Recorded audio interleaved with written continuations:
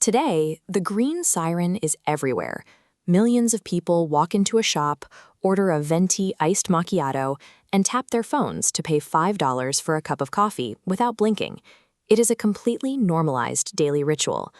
But rewind to America in 1983, and the landscape looks entirely different. The idea of paying $3 for coffee was considered absurd. People drank cheap, weak coffee poured from tin cans. Building an entire business model around premium espresso was viewed as a massive, almost laughable financial risk. The man who ultimately normalized that risk is Howard Schultz. His path to building a global empire started far from corporate boardrooms. He grew up in the Bayview housing projects in a rough Brooklyn neighborhood, where families survived paycheck to paycheck. When Schultz was 7, his father, a delivery driver, slipped on ice and severely injured his hip. In an instant, the family's sole breadwinner was jobless. There was no severance, no medical support, and no safety net. The young Schultz watched his strong father break under the shame of losing his livelihood and his dignity overnight. That specific trauma burned itself into his memory. Watching his father discarded by an unfeeling system forged a rigid philosophy. If Schultz ever had the chance to build a business, he would explicitly engineer out the exact dynamic that crushed his family. He would honor the workers at the bottom. Decades later, a business trip sent him to Milan, Italy. Walking the streets, he observed a thriving ecosystem of espresso bars. These were active community hubs where baristas knew customers by name and people lingered to talk and read. At the time, America had absolutely nothing like it. Back in Seattle, Schultz was working as a marketing director for a tiny local company with 4 stores. He pitched the Italian espresso bar concept to the founders. They immediately said no.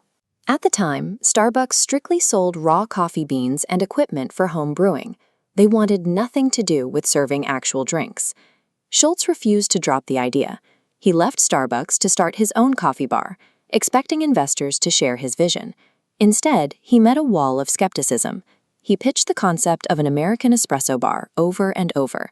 217 investors told him the idea was bound to fail before he finally scraped together the 30 yes votes needed to raise his seed money. His solo venture was an instant hit. Within 2 years, he was successful enough to make an aggressive countermove. In 1987, the original founders of Starbucks decided to sell. Schultz raised $3.8 million, bought them out, and took total control of the brand that once rejected his ideas. Securing the company was only the first step. Schultz now possessed the physical laboratory he needed to test his radical hypothesis that a highly profitable business could be built around human dignity and community rather than pure extraction. He immediately went to work building what sociologists call the third place. The goal was to engineer a reliable sanctuary that existed squarely between the demands of the workplace and the obligations of home. Doing this required highly specific, invisible mechanics. The stores utilized strict acoustic design, so conversations wouldn't echo into a chaotic noise. Playlists were curated to match the specific mood of the time of day. Lighting was kept intentionally soft. And to protect the distinct, comforting aroma of roasted coffee, Schultz banned any food preparation that might overpower it. But the architecture meant nothing without the people running it. Remembering the vulnerability of his father, Schultz introduced a partner employment model. He offered comprehensive health care and stock options to his workforce, including part-time baristas. In the late 80s, American retail sector, offering these kinds of benefits to hourly workers defied standard business practice. Treating employees with respect served a very practical function. It reduced turnover, encouraged baristas to learn customer names, and cultivated genuine warmth.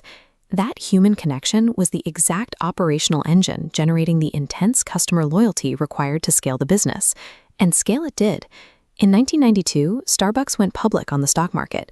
This successful IPO provided a massive influx of financial fuel, bringing with it the intense pressure of Wall Street expectations. Driven by the demand for continuous growth, the footprint exploded. A modest network of 6 stores rapidly morphed into a 2,500-store global empire by the late 1990s, penetrating deeply into international markets from Tokyo to the UK. Managing a massive global corporation requires a different skill set than building a culture. Exhausted, Schultz stepped down as CEO in 2000. The new leadership teams immediately shifted the company's focus. They prioritized aggressive, relentless store openings and streamlined systems over the nuanced human experience. The physical stores began to reflect the shift in priorities. Tall, automated espresso machines blocked the visual connection between barista and customer. The introduction of microwaved breakfast sandwiches flooded the stores with the smell of burnt cheese, killing the coffee aroma. The third place morphed into a sterile, high-speed transaction hub. Here is the central paradox of their expansion. In the desperate sprint to appease shareholders and scale as rapidly as possible, Starbucks systematically stripped out the exact warmth and intimacy that made consumers willing to pay premium prices in the first place. By 2008, that structural weakness collided with a global financial crisis. Families were losing their jobs and drastically cutting their spending. Consumers quickly realized that an overpriced, automated coffee transaction was a luxury they couldn't justify.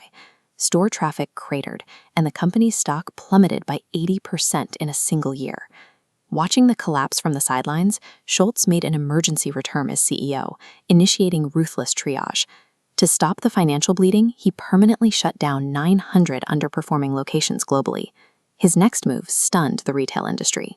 He ordered every single one of the 7,000 U.S. Starbucks locations to close their doors simultaneously, sacrificing millions in revenue. It was a visible, systemic reset, designed to force the organization to pause. Schultz used that time to retrain the staff, primarily to restore the baristas' pride in their craft and reinforce the strict necessity of human connection. The drastic measures worked. Trust was slowly rebuilt, and revenue climbed back up. The survival of Starbucks proved a vital lesson for scaling a business. A premium product alone cannot sustain global dominance. A commodity is easily replicated and replaced by competitors. But an authentic community, anchored by workers who feel seen and valued, forms a